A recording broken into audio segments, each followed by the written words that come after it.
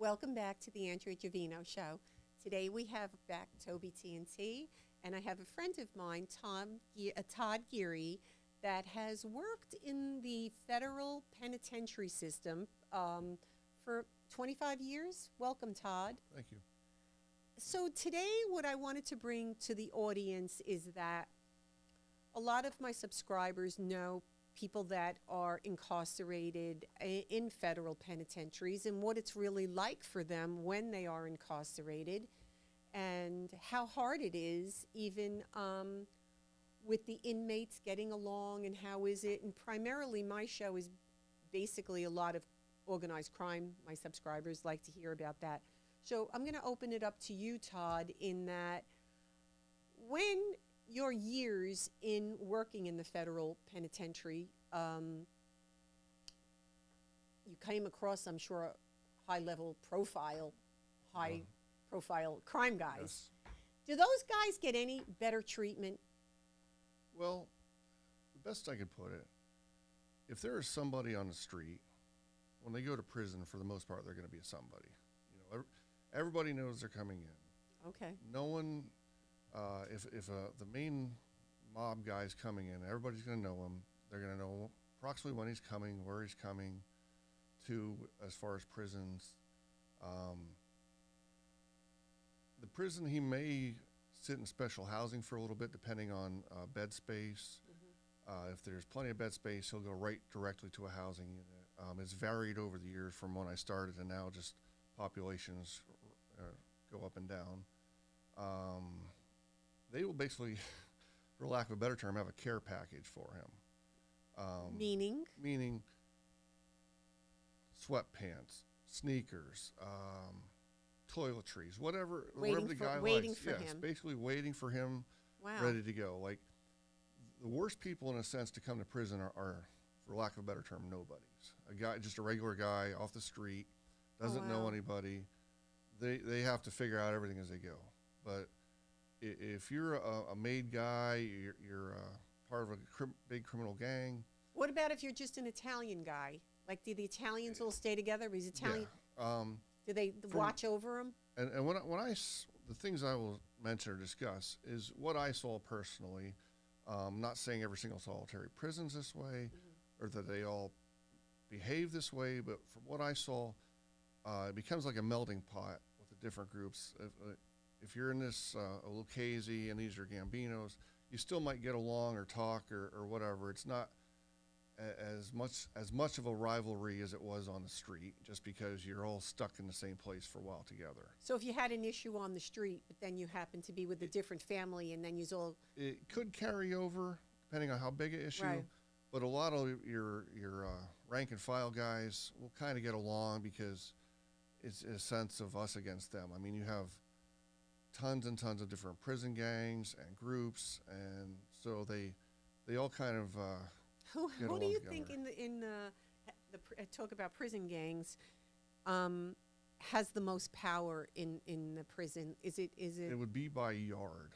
It would be the in the yard. Well, what I mean is Alanwood versus Lompoc or wherever, like whoever the strongest group is at that particular prison. Yeah, but Lompoc is in that California. Yes. So if what somebody's I mean, coming from Lompoc into Alanwood Penitentiary, let's say I don't want to put too many names out there for gangs, but if he was in the strongest gang in Lompoc, that doesn't mean they're the strongest gang in in Alanwood. Yes. Okay, So interesting. yeah, like it's by yards.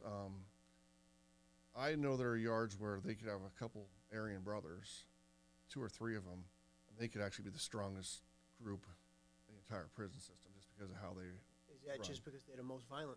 Well, they're very violent, and they organize well. I mean, like say Really? it could just go from this prison to this prison depending on what groups. I mean, What like makes it? What makes an Aryan brother? Is it what is their background? Is it that they're Irish? Are they No, German? they're predominantly they're all white. They're all white, yeah, but what like, is their ethnic backgrounds? Confused. They're white supremacists, essentially. Are they? Yeah, yes. I mean, So- they it takes a lot to get into a gang. They're one of the tougher gangs. You're not just going to walk in and say I'm here for membership. Well, might that's what, be yeah, the years, audience you needs know. to understand that. Yeah, So it's, I've heard about the Aryan Brotherhood Yeah. they're a very tough, strong. Right. Here's where I'm a little confused. How would 2 to 3 Aryan Brotherhood guys end up taking over a yard when you got, all different ethnic backgrounds of gangs and They so on and so forth? they organize the best. They Wow. They have other Connections? connections with different groups. I mean, You're saying 2 or 3 guys would take over, but they'd have a lot of other Yeah, they Aryan brothers want- in there right. with them, I think the essentially. Like- word we're looking for is respect. yes, They have the respect. There's serious individuals. They're not somebody you're going to trifle with, or like some groups are just not as strong as others, as in life. Right. But these guys kind of started with their backs against the wall in the '60s, and ever since then they're a very fierce group of individuals. So let me ask you. And real quick, Go ahead. with say a group like the Aryan Brotherhood, I'm not very well versed in them because the prison systems, usually an Aryan brother will not get to like a low security prison. Oh, really? Yes, they keep them out. They keep them in the penitentiaries, the supermaxes, maybe a medium, but very rarely would one ever get to a low. Or if they did, they'd probably be like a dropout because it just they keep them in higher security institutions. So. How hard is it for the correctional officers, you and your fellow workers, to deal with these types of men?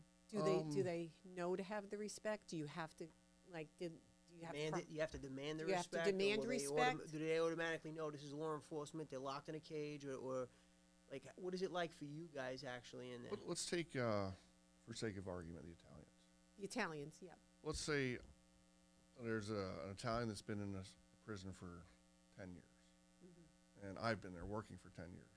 A new guy walks in. He's going to show him the ropes, tell him this is how it works, tell him this guy's all right, don't mess with this guy, whether it be staff or inmate, and kind of lead him along. It's kind of, they teach him. I mean, So the top dog right. trains Correct. the others. You're It's gonna, just like a pack. yes. I mean, they're going to show him the ropes, and like if you're, say, a gangbanger, you're not going to act like a fool because that reflects on the gang, okay? And they will, if they shut a prison down, that means they shut all the drug dealing down, all the business down. Anything that your gang is into for making money gets shut down if you get locked down. And nobody wants that. So if something happens from a gang member, it's probably been approved or already been talked about. It's not just going to be a random act. Another So- thing is that it's got to be very hard for the correction officers. A lot of these personalities, of course, they're criminals, but they're very manipulative, extremely manipulative. Now, we're just talking about men. What about women? I mean, Women officers, no, women inmates. I never actually worked with. Okay, I so you never didn't have to I was deal with all, that. Okay. all male institutions that I worked with. Okay. But the men, they say also, like with the manipulation, if they want, like, because you hear so many times of corruption with correctional officers bringing in, Right. you know, whether it be food, whether it be paraphernalia, because the inmate is so cunning and manipulative, they got close to that guy. How do you guys stay like all together, like, you know? Well, there's a few simple things you do. Like, there was an old joke: when in doubt, say no.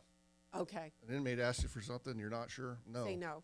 Then you Okay. can find out later. You can always say yes later if it's whatever it may be. But when in doubt, say no. That's, Right. That's the first thing.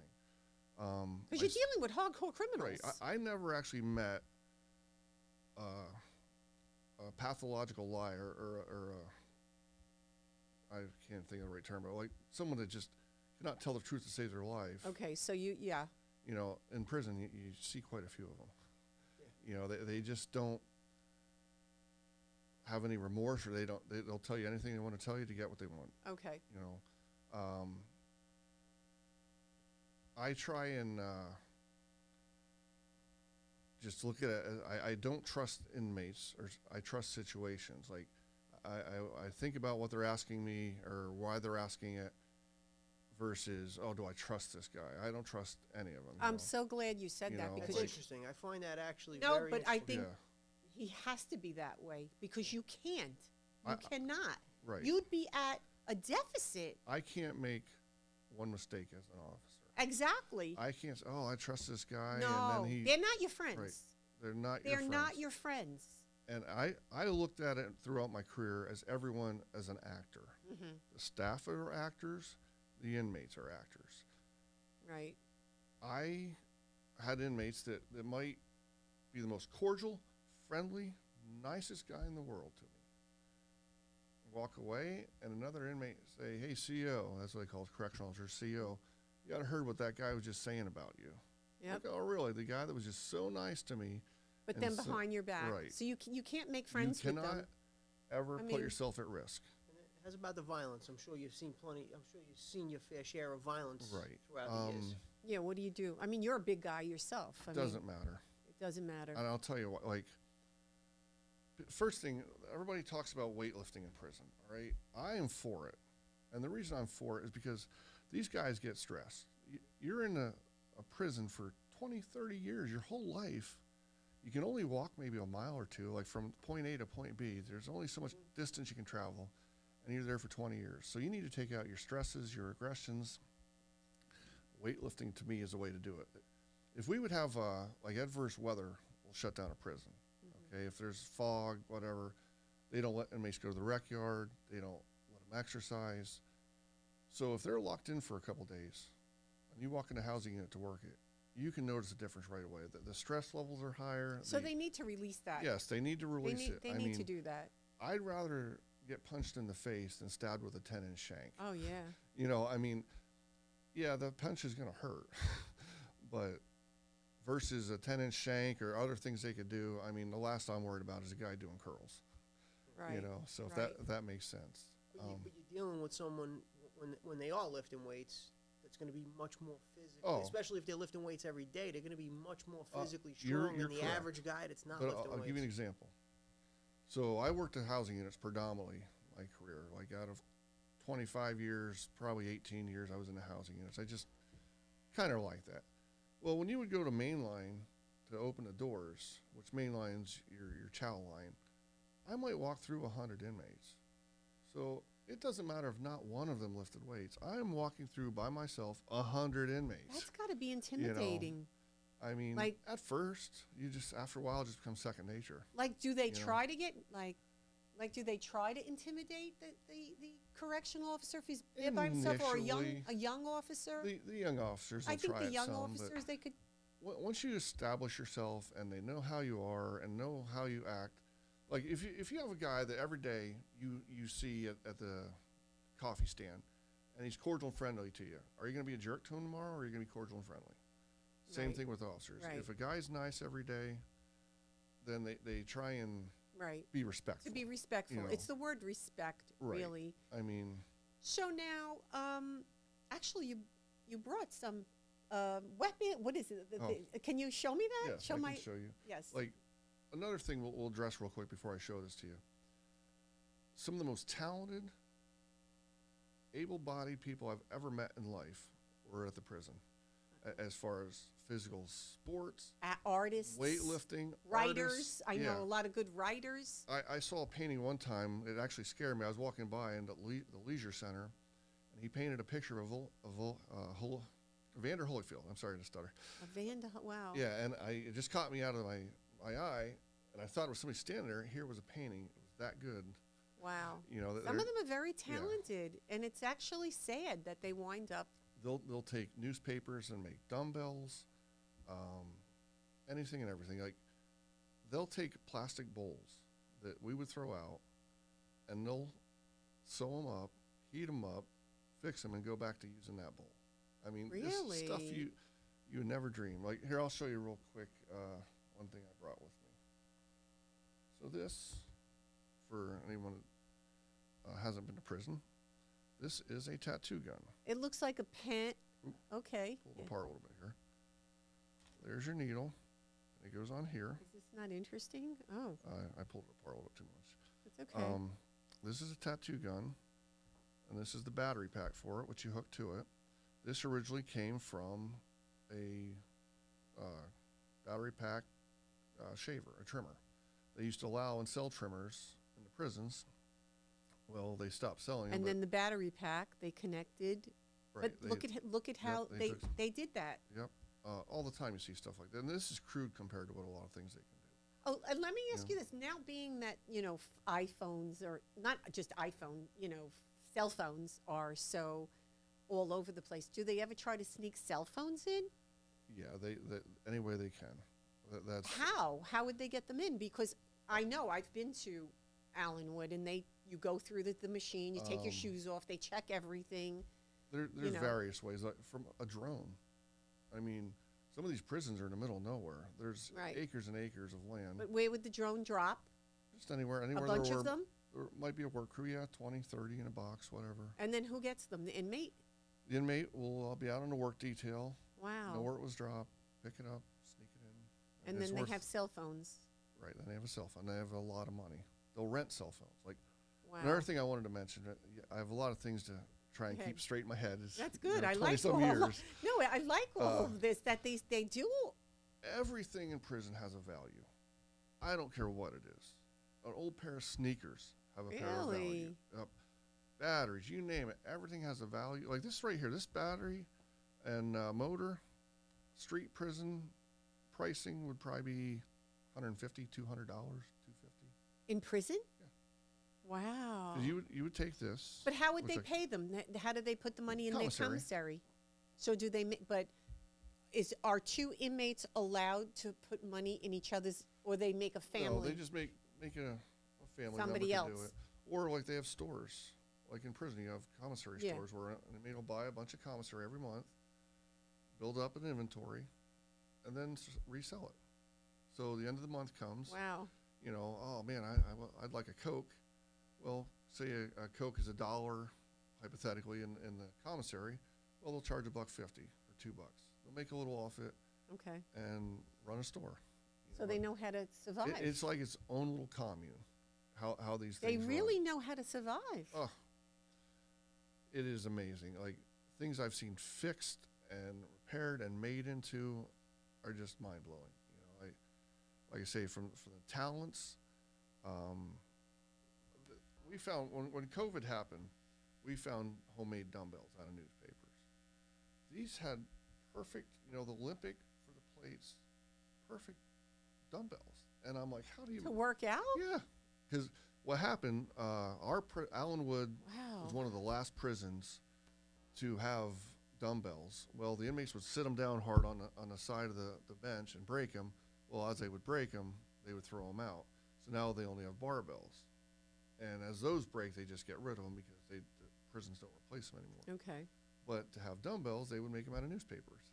They Wow. would sneak them in their mesh bag, and now you got a dumbbell. to Very work out with. interesting. The sad part of it is the fact that a lot of these people have skill sets, they have talent, and it's Yes. being wasted on It truly is. the decision to commit certain types of crimes that are actually putting them away for prolonged periods of time in their life, rather Correct. than and even that same hustle that you talk about, like buying and selling. It's trade. I mean, Yeah, you're you could- running you a could jump- business. You could Yeah. jump into sales. You could jump into business instead Yeah. of choosing to sell drugs and go that illegal route. They could literally take that same skill set and hustle and sell in a legal, legitimate manner. But Correct. the greed, I say, it's like American Greed. If you ever watch American Greed, a lot of these scam artists, if you notice, these scam artists are highly intelligent individuals, and they scam people a lot of times for millions or hundreds of millions of dollars. And one of the guys that comes to mind is Ron Perlman. Okay, I think that was his name. I might have got that wrong, but he was like a manager for NSYNC and the Backstreet Boys. He was already making a ton of money with two of the biggest It's boy greed. bands It's of all never time. enough. And he ends up Greed. stealing hundreds of millions of dollars. It's crazy. greed. And that's the sad part about a lot of these guys that end up in there. Yep. They could be running a business. They could be doing something, making a good, legitimate living, but the greed is what's catching them. Let me ask you this question. Money is the root of all Todd, evil. A female Yes. correction officer. Yes. Will she get the respect? Once she's proven herself. What does she have? What does mean proving herself? Well, Explain. basically, let guys know you're not going to take their crap. Let them know that you'll set them straight, or you'll embarrass them, or whatever it may be, or you're going to react and not let them walk all over you. As in life, I mean, if you're a waitress and you have a bunch of rowdy Okay. guys, you just say, hey, you either Because I would set think yourself that straight it would be harder for the female officer with these guys trying to manipulate her to just do things for them, like whatever. Sadly, it's happened. I mean, Yes. It's happened too many times. Many times, over Yes. and over. Like, if you have good staff, and for the most part, I worked with some amazing people. Good guys. Yeah, you always have your quirky ones, or it just takes one or two to mess up the whole thing. But if you have good staff, you'll pull them aside and try and give them some tips or help. Or, hey, if they're asking you this, they're doing it for a reason. And no one will ask you to do something if they already know they can do it. That may sound so simple, but if they're asking you to do something, obviously they can't do it without your permission. So then question why they're asking or what they want, or when in doubt, just say no. Right. But easier said than done. So Wow, interesting. It's so basically covering everything. I rather go through and cover everything with him and just, what it was like also to have high profile mob guys. Have you come across them? several over the years. Mob guys. Can Just you tell business me? guy. Can you tell me any Well, in particular? when I started, it was kind of like the tail end, for lack of a better term, of Goodfellas. Like Okay. the old school guys were there when I started. Probably the biggest name when I started was Tommy Gambino. Okay. That's Um, Carlo Gambino's That is his son. son, yes. Right. Who I think has passed. He in the passed. last Right. recent He passed years. away. He was the biggest name, Did he get respect? very much so. Okay. Like, when he was an older gentleman, when he was there, I was 27 years old, and he was probably in his mid to late 60s, maybe early Okay. 70s, give or take. Nice gentleman?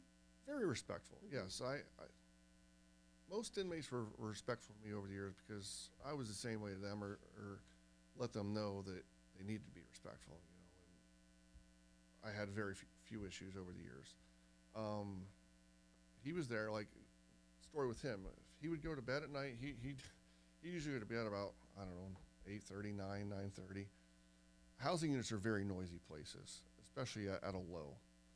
When he'd go to bed, the whole housing unit would get very quiet because they didn't want to Upset him. keep Tommy up at night. Okay. Yeah. So he had yes, respect. he was definitely very respected. Very nice.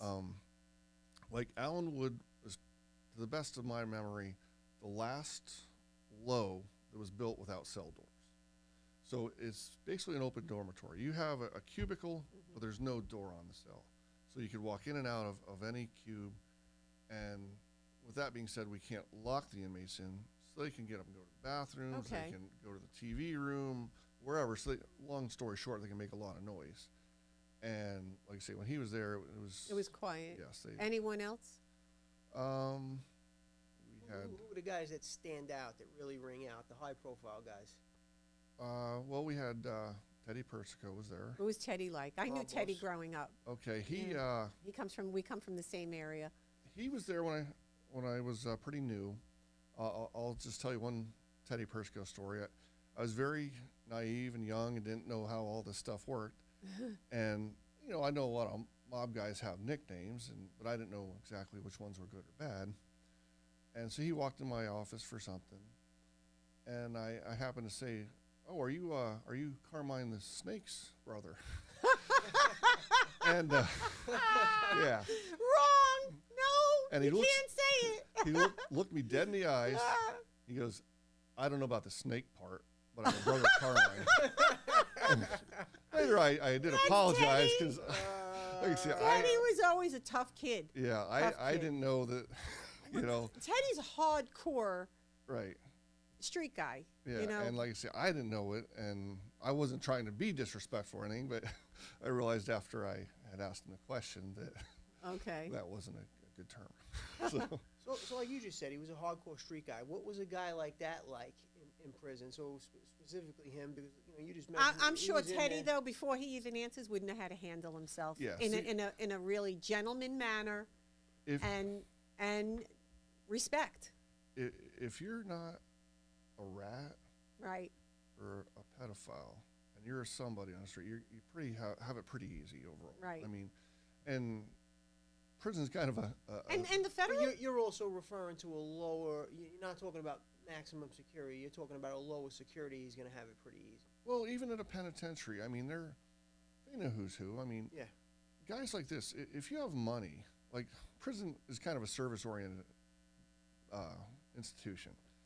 If you have money, you can have somebody make your beds for you every day, or Wow. you can have somebody make your supper every night, or wash your clothes, or whatever. Like that's what I mean as far as so you're easy. living well. Yes, you're you living can actually, well. for what it is, for the confines of where you're at, actually live pretty well. You're living mean, well in there. Yeah, not that you want to be there. No one wants to be there for the most part. There's a few that don't have a home or something, general inmate population, but in general, you can live pretty could live pretty pretty well. good. I mean, if you had millions of dollars on the street, It's so funny you're saying this, because my ex-husband, I don't know if you know, Big John always used to say, like, it wasn't so bad in prison because the men have the camaraderie, like they Yeah. played racquetball or whatever they did, because he was out in Arizona with Sammy, and they like just wasn't like, he liked it in a sense. It wasn't that bad. yeah, I mean, and like something that the general population of the public might look down on, you might be an all-star in prison. I mean, Right. It's a Right. different mentality. It's the whole, and they have their own prison rules. Yes, It's their own exactly. rules. When it comes to rules, I don't want to use the term utopia, but I don't know where else to use. Everybody knows the rules. If you cut in line, and I'm in a penitentiary, and you cut in line in front of me, you better darn well say you're sorry or apologize or It's- something, or there's going to be an issue later. See what I mean? Just Yeah, something and that small, If though. you don't respond to getting cut in front of line, now you're potential to have problems because you just got disrespected. Everybody saw it, and you're Just by something like that. just something like that. Like, And one thing I learned about, because I had a lot of people I know that were incarcerated in prison, they're big gossipers. They love gossip. oh, huge. They love gossip. They Yeah. thrive on gossip. That's Yeah. what they live for.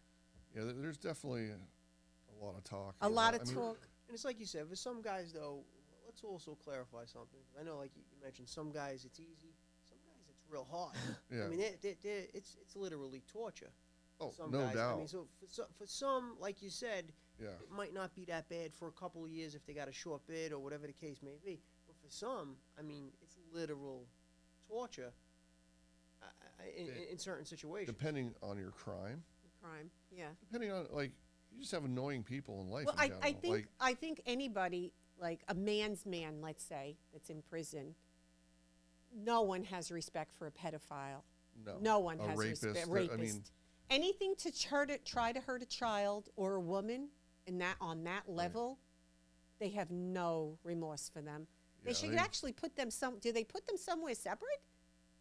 Or they put them No, in with they put them population? in with population. They got to get abused. There's too many now. There is. I mean, that's one of the biggest things that's changed from when I started was pedophilia and the internet. Why do you think? I don't think there's more pedophiles now. I just think there's more being caught now. Okay. The internet Gotcha. has just brought them out in waves. Wow. When I started, there was about 8 or 10. Okay. When I retired, 350, 400, and out of a population of 1,200. Yeah. So you're talking at least a quarter or a third of the population are pedophiles at Holy that cow. particular prison, and it's all over. And like with Wow. that many, you have to put them somewhere. Like they're gonna have their own table at lunch because you have hundreds of them. You know? I can't. For me as a mom, I'm like, not only that I had 4 children, I love kids. I just love kids. I can't ever relate to that. I cannot relate to it. I just can't. I just feel like there's very sick people to do that to a child. No, and like, I won't mention too many names, but like during probably about, I don't know, 10 or 12 years into working there. I'm sure you've seen the movie Black Hawk Down. Yeah. The one guy that's in Black Hawk Down, I won't say who, but the one guy, and mind you, they're all upstanding guys except for this one particular guy. He was a pedophile. Wow. And he came to Alanwood.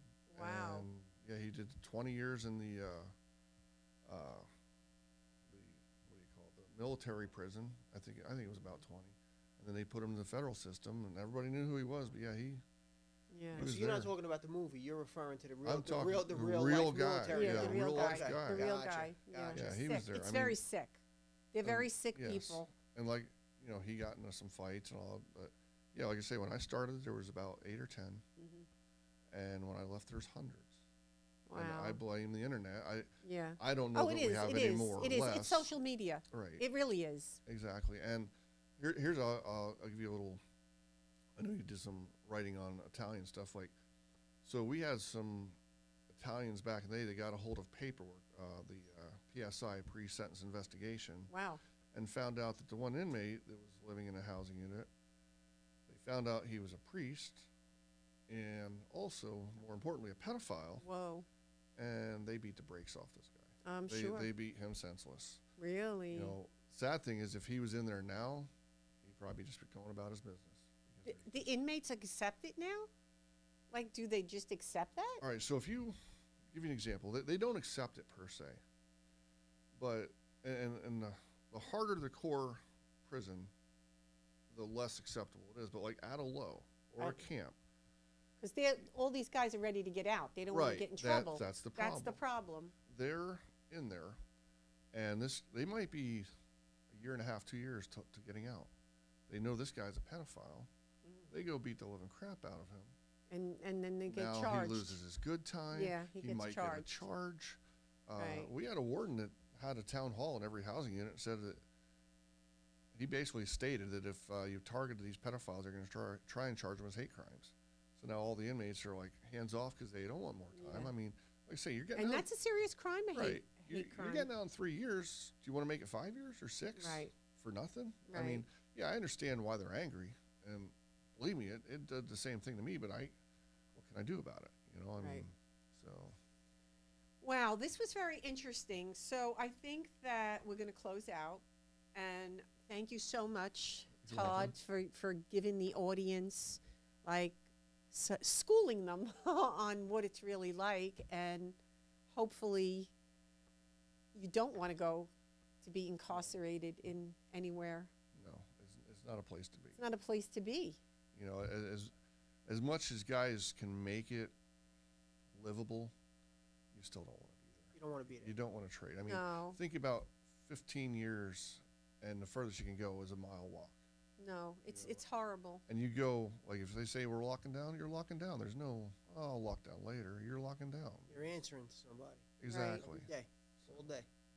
Well, thank you so much for coming. Thank you to my subscribers. Continue to subscribe. And this was a very interesting topic. Thank you, Toby. Don't forget to hit that subscribe button. God bless. God bless. Thank you, Jesus.